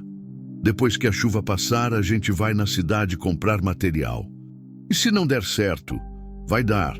Você tem talento e determinação. É tudo o que precisa. A tempestade continuou a noite inteira, mas mais fraca. Ana não quis ir dormir. Ficou na varanda comigo até amanhecer, conversando, dividindo memórias, exorcizando fantasmas. Foi uma das noites mais importantes da minha vida, porque foi quando eu entendi que salvar Ana não tinha sido apenas um ato de bondade. Tinha sido uma necessidade da minha alma. Quando o sol nasceu, iluminando um mundo lavado pela chuva, Ana estava dormindo no meu ombro. Pequena, frágil, mas não mais quebrada. Pela primeira vez em 5 anos, eu tinha alguém para proteger. E pela primeira vez em muito mais tempo, eu tinha uma razão para acordar todo dia. A tempestade tinha passado, por fora e por dentro de nós dois. A manhã seguinte amanheceu limpa como raramente eu via.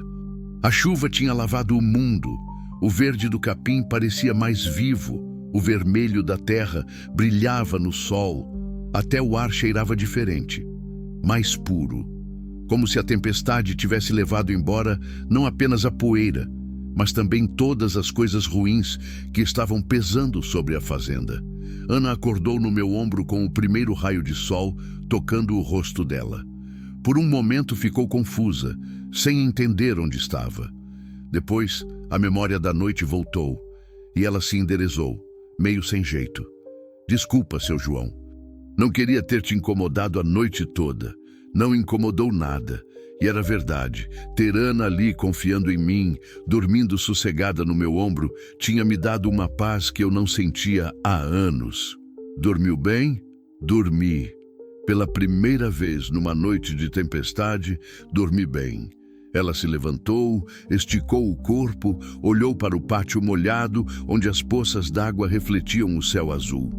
O mundo fica mais bonito depois da chuva, não fica?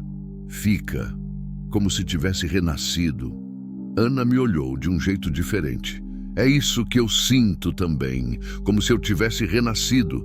Preparei café enquanto Ana tomava banho e se trocava. Quando ela voltou para a cozinha, estava usando o vestido verde que eu havia comprado, o cabelo preso em um rabo de cavalo. Os olhos brilhando de uma forma que eu não via desde que a conhecera. Pronta para ir na cidade? Perguntei. Mais que pronta. Ansiosa. A viagem até Formosa foi diferente das outras. Ana ia montada na garupa do tordilho, conversando o tempo todo, fazendo planos para o ateliê. Queria comprar tecidos variados, linhas de várias cores, botões, fitas, tudo o que precisava para começar o negócio. Pela primeira vez desde que a conheci, ela falava sobre o futuro sem medo. Vou fazer vestidos de domingo para as mulheres da região, dizia animada. E roupas para as crianças também. Sei bordar, sei fazer crochê. Minha mãe me ensinou tudo. E preços? Já pensou em como vai cobrar? Ainda não. Tenho medo de pedir muito caro e ninguém querer. Mas também não posso trabalhar de graça. Cobra justo. Trabalho bom tem que ser bem pago. Na loja de tecidos, Ana se transformou. Era como vê-la no elemento dela. Tocava os tecidos, testava a qualidade, calculava a metragem na cabeça. A dona da loja, Dona Aparecida, ficou impressionada com o conhecimento dela. Menina, você entende mais de tecido que muito costureira formada, disse ela. Onde você aprendeu? Com minha mãe. Ela era a melhor costureira de Cristalina. Cristalina? Você não é a filha da Benedita Ferreira? Ana se enrijeceu. Era sim, senhora. Por quê? Minha nossa, eu conheci sua mãe. Comprávamos tecido dela aqui na loja. Era uma costureira de mão cheia mesmo. E você pretende seguir a profissão? Pretendo, sim. Vou montar um ateliê. Que bom, fazendo a falta de costureira boa por aqui. Se você for metade do que sua mãe era, vai ter trabalho, não vai faltar. A conversa com Dona Aparecida mudou alguma coisa em Ana. Pela primeira vez, ela estava sendo reconhecida pelo talento, não julgada pelo passado. Estava sendo vista como filha de uma mulher respeitada, não como a encostada que o padrasto dizia que ela era. Saímos da loja com um carregamento de material. Tecidos de algodão, cetim, lã, linhas de todas as cores, agulhas, alfinetes, fita métrica, moldes de papel. Ana estava radiante. Seu João, isso aqui deve ter custado uma fortuna. É investimento. Você vai me pagar com juros quando o negócio deslanchar. Vou mesmo, e vou fazer questão de pagar rapidinho. No caminho de volta, paramos na casa do seu Genésio, um dos vizinhos mais próximos. Sua esposa, Dona Lourdes, estava no quintal cuidando das galinhas quando chegamos. João, ela gritou vindo na nossa direção. Faz tempo que você não aparece aqui. Oi, Lourdes, vim te apresentar Ana. Ela vai morar lá em casa por um tempo. Dona Lourdes olhou Ana de cima a baixo, curiosa. Prazer, menina. Você é parente do João? Não, senhora. Ele me acolheu quando eu precisei de ajuda. Que bom. Casa grande como aquela não pode ficar vazia mesmo. Depois se virou para mim. João, preciso falar com você. Sua vaca, a Mimosa, tá no meu pasto de novo.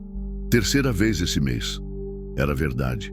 Desde que Ana chegara, eu andava meio displicente com o gado. Focado demais nos problemas dela, esquecia dos meus. Desculpa, Lourdes. Vou buscar ela agora. Não precisa, deixa ela lá mais uns dias, mas conserta logo essa cerca, João. Gado solto dá problema. Ana sabe costurar, falei, mudando de assunto. Vai montar um ateliê lá em casa. Se você precisar de alguma roupa. Os olhos da Dona Lourdes brilharam. Sério? Que maravilha! Faz anos que preciso de uma costureira boa. A que tinha na cidade se mudou para o Distrito Federal. Que tipo de roupa a senhora precisaria? Perguntou Ana, tímida. Ah, menina, de tudo. Vestido para ir na igreja, roupa para os netos, conserto de calça do meu marido. Você cobra quanto? Ana olhou para mim, insegura. Ainda não defini os preços. Ela está começando agora, expliquei. Mas o trabalho é de primeira qualidade. A mãe dela era conhecida na região. Então tá combinado. Semana que vem eu passo lá para conversarmos. De volta à fazenda, Ana mal conseguia conter a animação. Meu primeiro cliente! Nem comecei ainda e já tenho trabalho garantido. E vai ter muito mais. Notícia boa se espalha rápido por essas bandas. Passamos o resto do dia organizando a sala de costura. Era um cômodo que Maria usava para bordar, mas que estava abandonado há 5 anos. Limpamos a poeira, arrumamos os tecidos em prateleiras, organizamos as linhas por cor. Ana achou até alguns moldes antigos da Maria e ficou estudando eles com atenção. Sua esposa fazia trabalho bonito, comentou, olhando um bordado inacabado. Fazia. Ela dizia que trabalho manual acalma o coração. É verdade. Quando eu tô costurando, esqueço de tudo. É como se o mundo lá fora não existisse.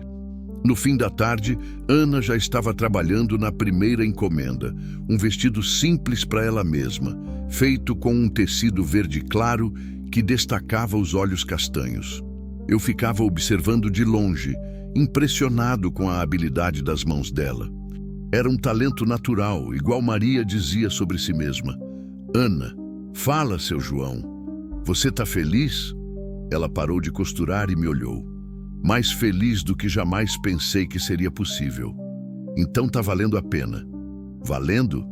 Seu João, esses últimos dias foram os melhores da minha vida. Pela primeira vez, eu acordo sabendo que o dia pode trazer coisas boas. À noite, jantamos na varanda, vendo as estrelas aparecerem no céu limpo. Ana estava quieta, mas era um silêncio diferente dos primeiros dias. Não era silêncio de medo, era silêncio de contentamento. Em que você está pensando? Perguntei. Em como a vida muda rápido. Há 2 semanas eu achava que ia morrer naquela beira de córrego. Hoje estou aqui com casa, comida, trabalho, dignidade. Parece sonho. Não é sonho, é realidade que você conquistou com coragem. Coragem? Ela riu baixo. Eu que achava que era covarde. Covarde não enfrenta a onça preta. Covarde não briga com padrasto violento. Covarde não aceita desafio de recomeçar a vida do zero. Só consegui fazer tudo isso porque o Senhor estava do meu lado. Eu dei apoio, mas a coragem era sua. Sempre foi. Ana ficou em silêncio por um tempo, mexendo na barra do vestido que estava costurando. Seu João, posso fazer uma pergunta meio pessoal? Pode. O senhor não se sente sozinho às vezes? A pergunta me pegou desprevenido. Como assim?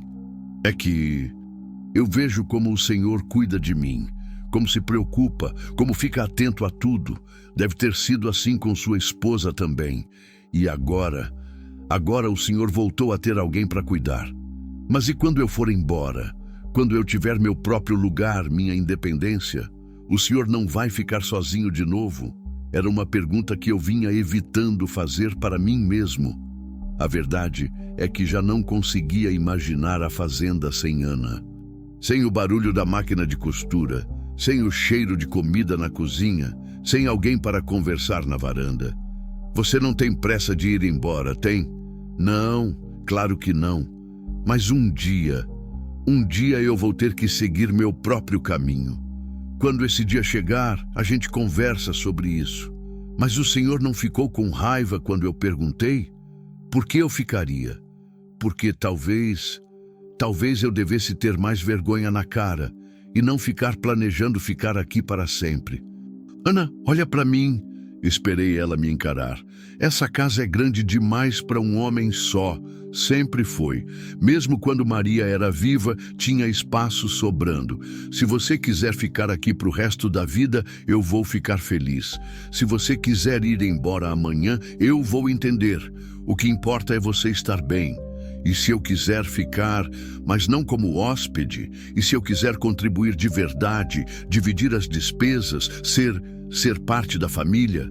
O coração bateu mais forte no peito. Que tipo de família?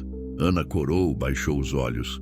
Não sei, só sei que eu nunca me senti tão em casa em lugar nenhum. E que o Senhor me faz sentir segura, me faz sentir importante. Você é importante, Ana, mais do que você imagina. Importante como? Era uma pergunta perigosa, porque a resposta verdadeira estava mudando a cada dia que passava. No começo, Ana era uma moça em perigo que eu tinha salvado. Depois virou uma hóspede que eu ajudava.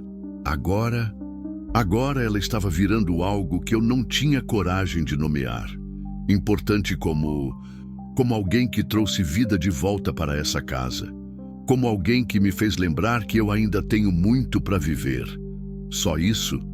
O que mais você gostaria de ser? Ana não respondeu.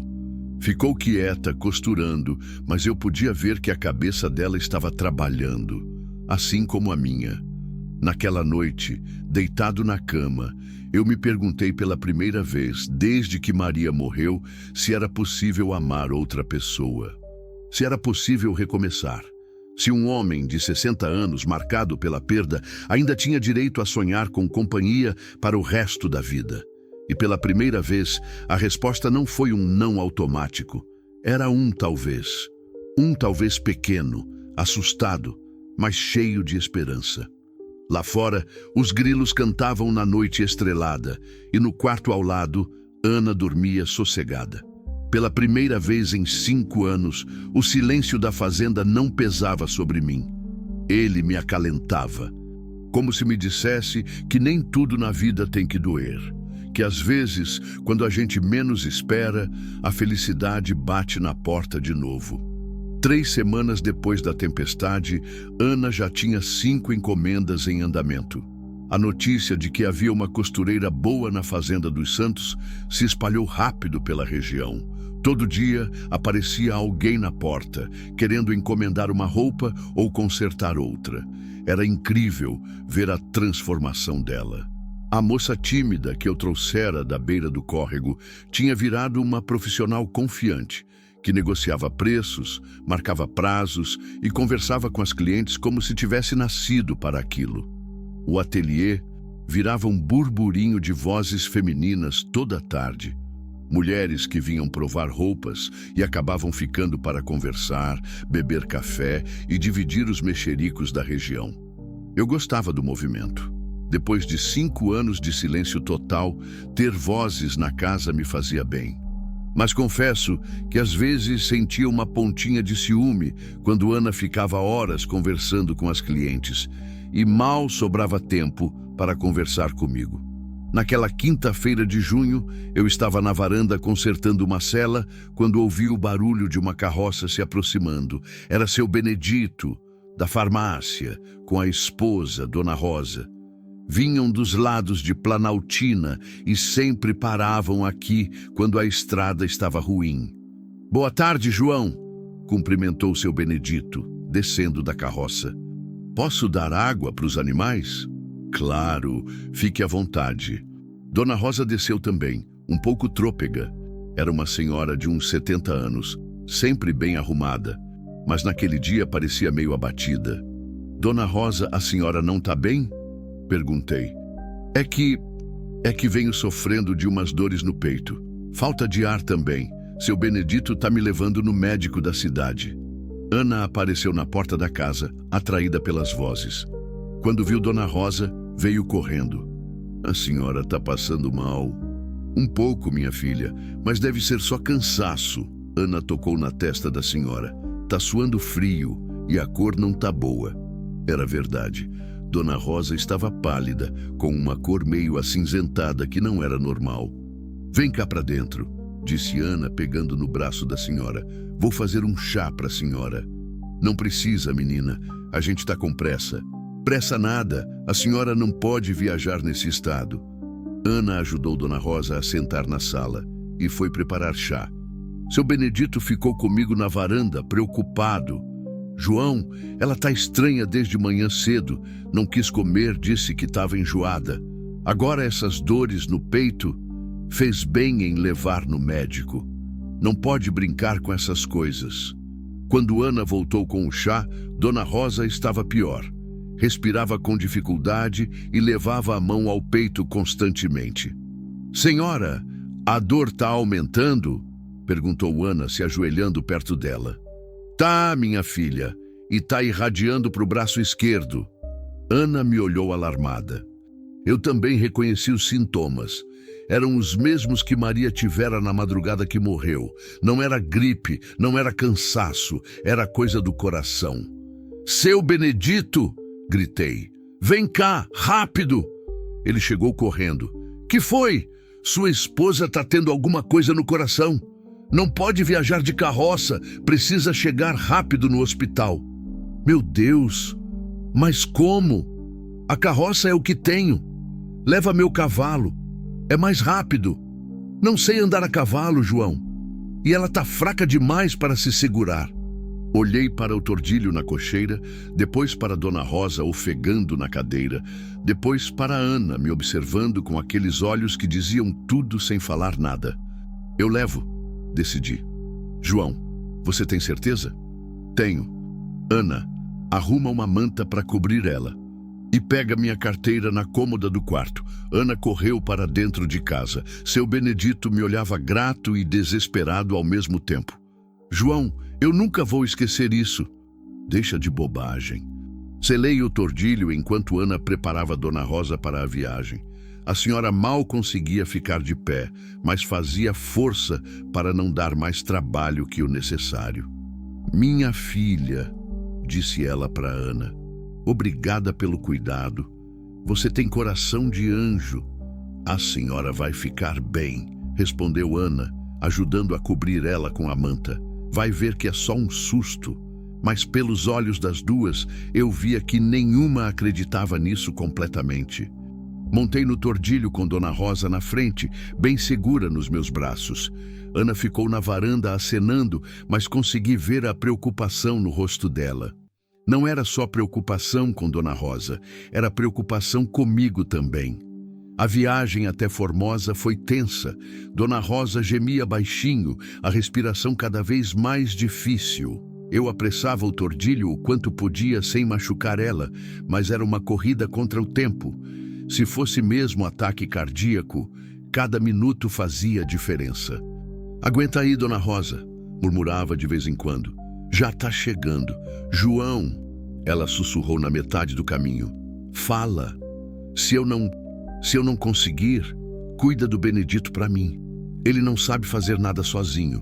A senhora vai cuidar dele pessoalmente. Não fala besteira. No hospital a correria foi grande. Médico, enfermeira, maca, oxigênio. Levaram Dona Rosa para uma sala e eu fiquei na espera com seu Benedito, que chegara meia hora depois de carroça. Como ela tá? Perguntou ele ofegante. Não sei ainda. Levaram para examinar. Ficamos 2 horas esperando. 2 horas longas como 2 dias, andando de um lado para o outro, bebendo café ruim, olhando para o relógio de 5 em 5 minutos. Finalmente, o médico apareceu. Dr. Carvalho, um homem jovem que eu conhecia da época que Maria ficou doente. Como ela tá, doutor? Perguntaram eu e seu Benedito juntos. Ela teve um infarto. Pequeno, mas foi infarto. Se vocês tivessem demorado mais 1 hora, talvez fosse tarde demais. Seu Benedito quase desabou. Eu segurei ele pelo braço. Mas ela vai ficar bem? Perguntei. Vai ter que ficar internada uns dias, tomar medicação, mudar alguns hábitos. Mas com cuidado ela se recupera completamente. Era como se um peso de 1000 quilos saísse das minhas costas. Dona Rosa ia ficar bem. Eu tinha chegado a tempo. Posso vê-la? Pediu seu Benedito. Pode, mas rapidinho, ela precisa descansar. Enquanto seu Benedito entrava no quarto, eu fiquei no corredor pensando. Se Ana não tivesse percebido a gravidade da situação, se não tivesse insistido para Dona Rosa sentar e descansar, se eu não tivesse decidido levar ela no cavalo, a história poderia ter sido muito diferente. Ana. De repente eu senti uma saudade estranha dela, uma vontade de vê-la, de contar que tudo tinha dado certo, de agradecer pela sensibilidade que talvez tivesse salvado uma vida. Voltei para casa já noitinha, cansado, mas aliviado. Ana estava na varanda me esperando e quando me viu chegando, correu para o pátio. Como ela tá? Perguntou antes mesmo de eu desmontar. Vai ficar bem. Foi infarto, mas pequeno. O médico disse que chegamos a tempo. Ana fechou os olhos de alívio. Graças a Deus. Quando vi o estado dela, fiquei com medo. Foi você que percebeu a gravidade. Se você não tivesse insistido para ela descansar, ela teria ido embora e... Bem, talvez não tivesse chegado viva na cidade. Eu só fiz o que qualquer pessoa faria. Não, Ana. Você fez o que uma pessoa especial faz. Você salvou a vida dela. Naquela noite, durante o jantar, Ana estava quieta, pensativa, mexia na comida mais do que comia, olhava para mim como se quisesse dizer alguma coisa, mas não sabia como. Que foi? Perguntei finalmente. Seu João, quando o senhor saiu com ela no cavalo, eu fiquei com medo. Medo dela morrer no caminho? Não. Medo de você não voltar. A sinceridade da resposta me pegou desprevenido. Por que eu não voltaria? Não sei. Sei que não faz sentido, mas quando vi vocês se afastando na estrada, bateu um desespero, como se eu fosse ficar sozinha para sempre. Ana, deixa eu terminar. Ela levantou os olhos para mim, determinada. Hoje eu percebi uma coisa. Eu não estou aqui só porque preciso de abrigo. Não estou aqui só porque o Senhor me salvou da onça. Eu estou aqui porque não consigo mais imaginar minha vida longe do Senhor. O silêncio que se seguiu foi pesado, não um silêncio ruim, mas um silêncio grávido de possibilidades. Ana, você sabe que eu sou bem mais velho que você. 25 anos. Não é o fim do mundo. Sou um viúvo com bagagem pesada. E eu sou uma mulher que foi abandonada para morrer. Todo mundo tem bagagem pesada. E se as pessoas falarem? Se disserem que você está comigo por interesse? Que interesse? O Senhor não é rico, não é poderoso. As pessoas que conhecem o Senhor sabem que Ele é um homem bom, trabalhador, honesto. E as pessoas que não conhecem, bem, essas não importam. Levantei da mesa, fui até a janela. Lá fora, a noite estava calma, cheia de estrelas. O tipo de noite que Maria adorava. Ana, quando Maria morreu, Eu pensei que nunca mais ia sentir nada por ninguém, que essa parte de mim tinha morrido junto com ela. E agora eu não sei mais. Você mexeu comigo de um jeito que eu não esperava, me fez sentir vivo de novo. Ana se aproximou, ficou do meu lado na janela. O senhor acha que sua esposa ficaria brava? Com o quê? Com o senhor ser feliz de novo, com o senhor amar outra pessoa. Pensei na pergunta. Na verdade, era uma pergunta que eu me fazia toda noite há semanas. Não! Maria sempre disse que queria que eu fosse feliz, mesmo depois que ela se fosse. Dizia que amor verdadeiro não é possessivo, não prende as pessoas nem na morte. Então, por que o senhor hesita tanto? Porque tenho medo de não ser o homem que você merece, tenho medo de ser velho demais, cansado demais, machucado demais para começar de novo. Ana pegou na minha mão. Era pequena e calejada pelo trabalho, mas quente e firme. Seu João, o senhor me conheceu quebrada, humilhada, sem esperança. E mesmo assim me acolheu, me protegeu, me ajudou a me reconstruir. Se isso não é coisa de homem bom, eu não sei o que é. Ana, eu te amo. As palavras saíram simples assim, sem rodeio, sem drama, mas o impacto foi como um raio atingindo meu peito. Eu te amo, ela repetiu me olhando nos olhos sem medo. Não é gratidão, não é dependência, é amor, do tipo que minha mãe disse que eu ia reconhecer quando encontrasse. Você tem certeza? Absoluta. E o senhor? O que sente por mim? A pergunta que eu vinha evitando por semanas. A resposta que eu sabia, mas tinha medo de admitir.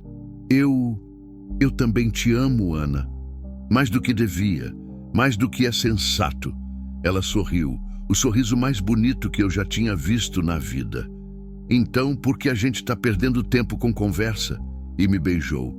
Um beijo doce, demorado, cheio de promessa. Um beijo que selou ali mesmo nosso destino. Quando nos afastamos, eu percebi que estava chorando, lágrimas de alívio, de gratitude, de felicidade pura. Ana, você tem certeza mesmo? Não vai se arrepender de se amarrar a um homem velho? Seu João, o senhor pode ter 60 anos no corpo, mas tem coração de moço apaixonado. E é do coração que eu me apaixonei. Naquela noite ficamos na varanda até tarde, conversando sobre o futuro. Sobre como seria nosso casamento, sobre os filhos que talvez não viessem, mas que a gente podia adotar. Sobre o ateliê de Ana que ia crescer e talvez vire a maior costureira da região. Sobre a fazenda que voltaria a ser um lar de verdade. Quando fomos dormir, Ana parou na porta do quarto dela. Seu João, fala. Obrigada por ter me encontrado naquela estrada. Obrigada a você por ter me salvado de mim mesmo. E pela primeira vez em 5 anos, adormeci com o coração em paz, sabendo que no dia seguinte teria alguém para acordar junto comigo. Alguém para dividir café, conversa, silêncio, vida. Maria estava certa quando dizia que o amor verdadeiro não morre nunca. Só se transforma, se renova, encontra novas formas de existir. E às vezes, quando a gente menos espera, bate na porta de novo. 6 meses depois, numa manhã de dezembro quente e clara, eu estava na varanda da casa vendo Ana no quintal colhendo tomates da horta. Usava um vestido amarelo que ela mesma tinha costurado, o cabelo preso num coque frouxo, cantarolando baixinho enquanto trabalhava. O barulho da máquina de costura vinha de dentro de casa. Ela havia ensinado Carmelita, uma moça da região, a trabalhar com ela. E agora, o ateliê funcionava quase que sozinho. Era incrível como a vida podia mudar em tão pouco tempo. A fazenda, que por 5 anos foi um cemitério de sonhos mortos, agora fervilhava de vida. Galinhas ciscavam soltas pelo quintal. A horta produzia mais verdura do que conseguíamos comer. E a casa sempre tinha gente, clientes do ateliê, vizinhos que vinham visitar, crianças da redondeza que apareciam para brincar no terreiro.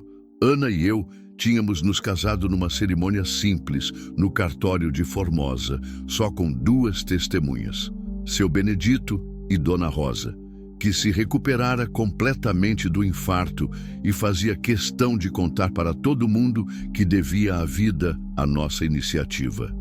A festa foi aqui mesmo na fazenda, com churrasco no quintal, sanfona do seu Zé Violeiro e muita gente boa. Não houve lua de mel em lugar exótico. Nossa lua de mel foi aqui mesmo, cuidando da terra, trabalhando juntos, descobrindo os pequenos rituais do casamento. Ana acordava antes de mim para fazer café. Eu levava o café na cama para ela todo domingo. Ela costurava enquanto eu lia jornal velho. Eu ajudava ela a escolher tecidos para os vestidos mais difíceis. Era uma felicidade diferente da que eu tivera com Maria. Com Maria foi paixão de moço, amor ardente que queimava forte. Com Ana era amor maduro, sereno, que aquecia sem queimar. Os 2 amores eram verdadeiros, cada um do seu jeito, cada um no seu tempo. "João!" Ana gritou do quintal. "Vem ver isso aqui." Me levantei da cadeira de balanço que ela tinha comprado para mim. Dizia que homem de 60 anos precisava de uma cadeira confortável para descansar. E fui ver o que ela queria. O que foi? "Olha!" Ela apontou para uma das galinhas. "A Benedita botou o ovo duplo, 2 numa casca só." Ri da animação dela. Ana se empolgava com as coisas mais simples da vida no campo. Ovo duplo, pé de milho que dava espiga gorda, bezerro que nascia sem precisar de ajuda. Tudo era motivo para comemoração. "É bom sinal", falei. "Ovo duplo traz sorte. Então a gente já tem sorte demais. Não sei onde vamos guardar mais." Era verdade. Nos últimos meses, tudo dava certo. O ateliê crescia todo mês. O gado estava gordo e saudável. A colheita de milho tinha sido a melhor em anos. Era como se a felicidade da gente contagiasse até a terra. Ana guardou o ovo com cuidado na cesta e veio para perto de mim. Mesmo depois de 6 meses casados, meu coração ainda acelerava quando ela se aproximava assim, com aquele jeito carinhoso de quem gosta de estar perto. "João, preciso te contar uma coisa." "Pode contar." "Hoje de manhã, quando fui na cidade buscar linha, encontrei uma mulher na praça, mulher nova, com uma criancinha no colo. Estava chorando, pedindo ajuda." "Que tipo de ajuda?" "O marido dela morreu num acidente de trabalho mês passado. Ela ficou sem casa, sem renda, sem família para ajudar. Estava dormindo na praça com o menino. Já imaginava onde Ana queria chegar com aquela história e já sabia qual ia ser minha resposta. E aí que eu trouxe ela para cá." "Ah, trouxe? Tá lá dentro tomando banho. O nome dela é Sônia. O menino é o Pedrinho, tem 2 anos. Pensei que eles podiam ficar aqui uns dias até ela se organizar." Ana me olhava com aqueles olhos cheios de esperança misturada com receio, como se achasse que eu fosse brigar com ela por trazer gente estranha para casa. "Ana, essa casa é sua tanto quanto minha. Você não precisa pedir permissão para ajudar quem precisa." O rosto dela se iluminou. "Então você não se importa?" "Me importo como? Foi assim que a gente se conheceu. Você em situação difícil, eu te ajudando. Agora é você ajudando outra pessoa. É o ciclo da vida." Ana me abraçou forte, como fazia sempre que ficava emocionada. "Eu sabia que você ia entender.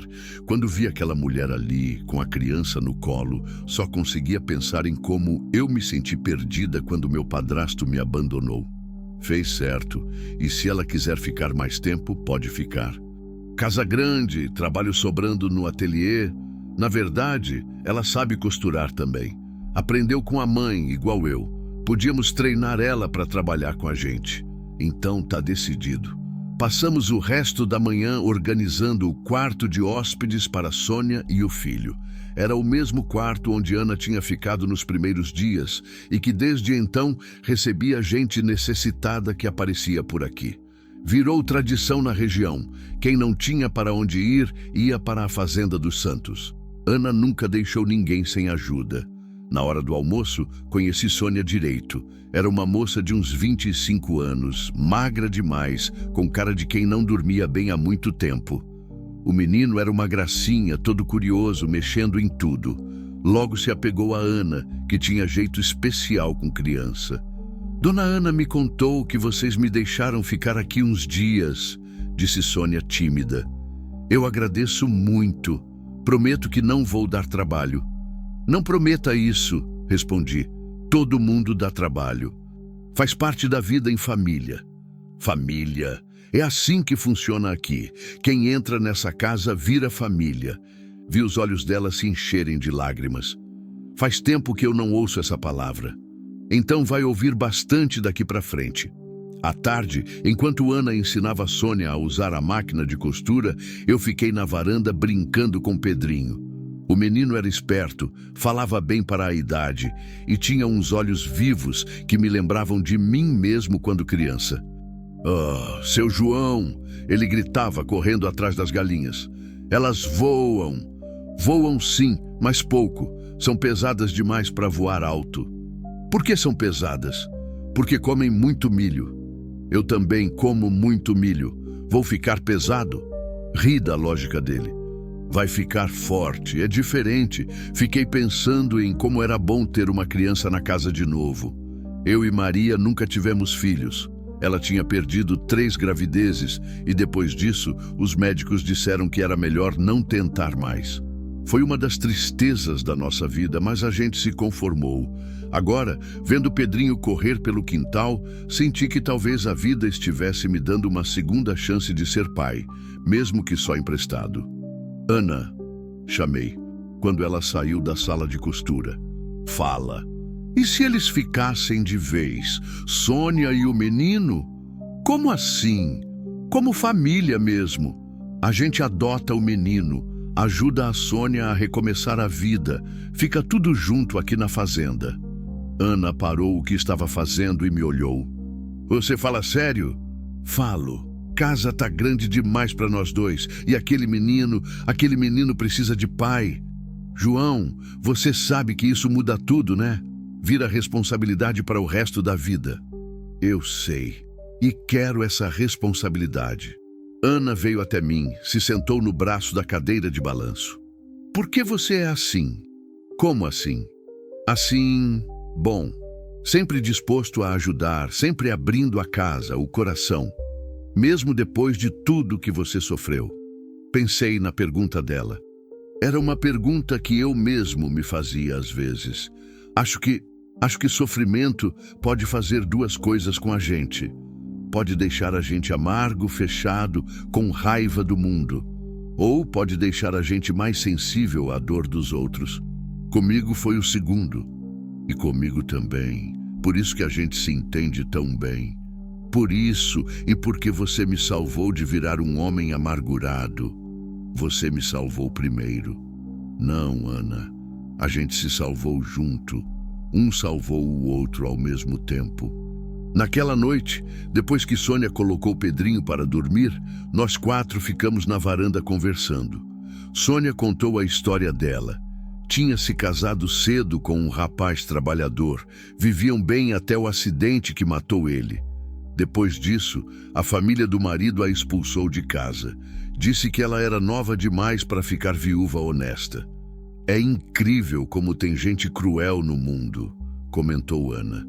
"Tem", concordei. "Mas também tem gente boa. É só procurar direito." "E se a gente não tivesse encontrado vocês?", perguntou Sônia. "Teria encontrado outra pessoa boa, ou outra pessoa boa teria encontrado vocês. Essas coisas não são por acaso. O senhor acredita mesmo nisso?"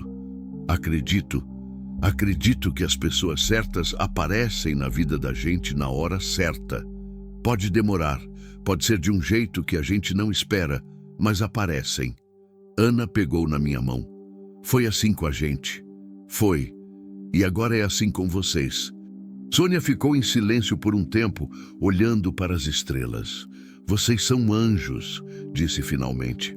"Não somos não", riu Ana. "Somos só pessoas que um dia precisaram de ajuda também." e que descobriram que ajudar os outros é um jeito de ajudar a si mesmo, completei. 2 semanas depois, Sônia já estava integrada ao ateliê. Era costureira hábil, tinha ideias novas e as clientes gostaram dela. Pedrinho virava o terror da fazenda. Subia em árvore, perseguia gato, fazia amizade com todo mundo que aparecia. Eu nunca tinha me divertido tanto na vida. Uma tarde, estava ensinando ele a montar no tordilho quando Ana veio correndo do ateliê. João, vem ver isso! O que foi agora? Mais ovo duplo? Melhor, carta! Carta de quem? Do governo do estado. Chegou agora com o correio. Peguei a carta das mãos dela, meio desconfiado. Correspondência do governo nunca era coisa boa. Abri devagar, li uma vez, depois li de novo para ter certeza que estava entendendo direito. E então? Perguntou Ana impaciente. Eles querem transformar a fazenda em centro de capacitação profissional. Como? Aqui, ó. Mostrei o papel para ela. Eles ficaram sabendo do ateliê, de como vocês estão treinando outras mulheres para costurar. Querem fazer um convênio. O governo manda material e paga salário para instrutoras. Vocês ficam responsáveis por ensinar costura para mulheres da região que precisam de profissão. Ana arregalou os olhos. Você tá falando sério? Tô. E olha só, eles oferecem reformar a casa, construir salas de aula, comprar máquinas novas, tudo pago pelo governo. Meu Deus do céu! Isso significa que seu sonho de ter um ateliê grande virou realidade e que a gente vai poder ajudar muito mais gente do que imaginava. Ana começou a chorar. Lágrimas de alegria pura, do tipo que só vem quando a vida nos surpreende com algo melhor do que sonhávamos. Ana, você tá bem? Tô mais que bem. Tô assustada de tanta felicidade. Por quê? Porque tenho medo de acordar e descobrir que tudo isso é sonho. Peguei o rosto dela entre as mãos, olhei bem fundo nos olhos castanhos que me fizeram aprender a amar de novo. Não é sonho, Ana, é vida, nossa vida, e merece ser assim de boa. Mesmo. A gente passou trabalho demais para não merecer felicidade.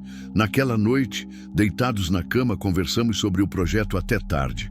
Ana estava empolgada, fazendo planos, imaginando quantas mulheres podiam ser ajudadas.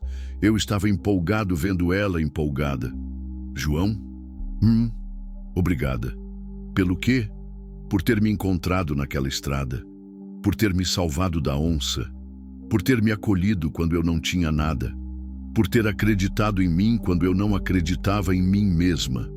Ana, deixa eu terminar. Obrigada por ter me ensinado que o amor pode vir de novo, mesmo quando a gente acha que acabou. Obrigada por me mostrar que vale a pena ser boa, mesmo quando o mundo é cruel. Obrigada por ter me dado uma família de verdade. Fiquei emocionado. Depois de 60 anos vividos, ainda era capaz de me emocionar com a simplicidade do amor verdadeiro. Eu que tenho que agradecer você por ter me tirado da escuridão, por ter me ensinado que nunca é tarde para recomeçar, por ter trazido vida para essa casa morta. A gente se salvou junto. A gente se salvou junto. Lá fora, os grilos cantavam na noite estrelada. Pedrinho dormia no quarto ao lado, respiração pequena e tranquila. Sônia costurava no ateliê, preparando uma encomenda para o dia seguinte. A fazenda respirava vida, esperança, futuro.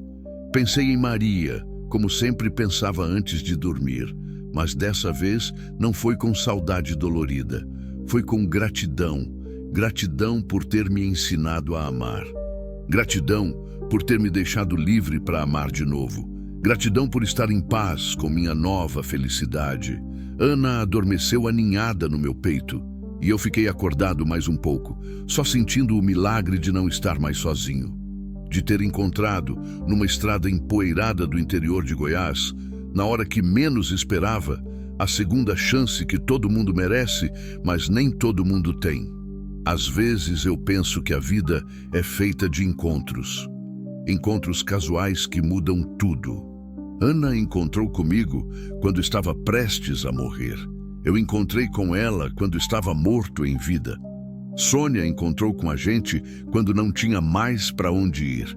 E todos esses encontros aconteceram porque em algum momento alguém escolheu parar, olhar, estender a mão. Escolheu ver o ser humano antes de ver o problema. Escolheu o amor em vez do medo. É isso que faz a diferença no mundo. Não são os grandes gestos, as grandes palavras, os grandes feitos. É a escolha simples de ser humano com outro ser humano, de dividir o que se tem, de oferecer abrigo quando chove, de acreditar que todo mundo merece uma segunda chance. Ana tinha razão quando disse que a gente se salvou junto, porque é assim que funciona. Ninguém se salva sozinho. A gente se salva em conjunto, um cuidando do outro, um puxando o outro para cima quando precisa. E quando a gente aprende isso, quando a gente entende que nossa felicidade está ligada à felicidade dos outros, aí sim a vida faz sentido. Aí sim vale a pena ter vivido 60 anos para descobrir que ainda havia muito amor para dar. O amor não acaba nunca, só se transforma. E às vezes, quando a gente acha que já era, quando a gente acha que não sobrou nada, ele aparece de novo, numa estrada de chão batido, no meio de uma tempestade, no grito de uma mulher ameaçada por uma onça, e muda tudo, para sempre. Há encontros que salvam, há pessoas que chegam quando a esperança já se foi e acendem uma luz nova no escuro. Não são anjos, não são santos, são apenas seres humanos que escolheram ser bons num mundo que às vezes esquece da bondade. E essa escolha, pequena como parece, tem o poder de transformar destinos, mudar vidas, fazer renascer corações que se julgavam mortos. Porque no final das contas, somos todos apenas pessoas perdidas, procurando outras pessoas perdidas para não nos perdermos juntos. E quando nos encontramos, quando nos reconhecemos, quando decidimos caminhar lado a lado, aí sim descobrimos para que serve a vida. Para amar, para cuidar, para construir juntos um mundo melhor, uma pessoa de cada vez.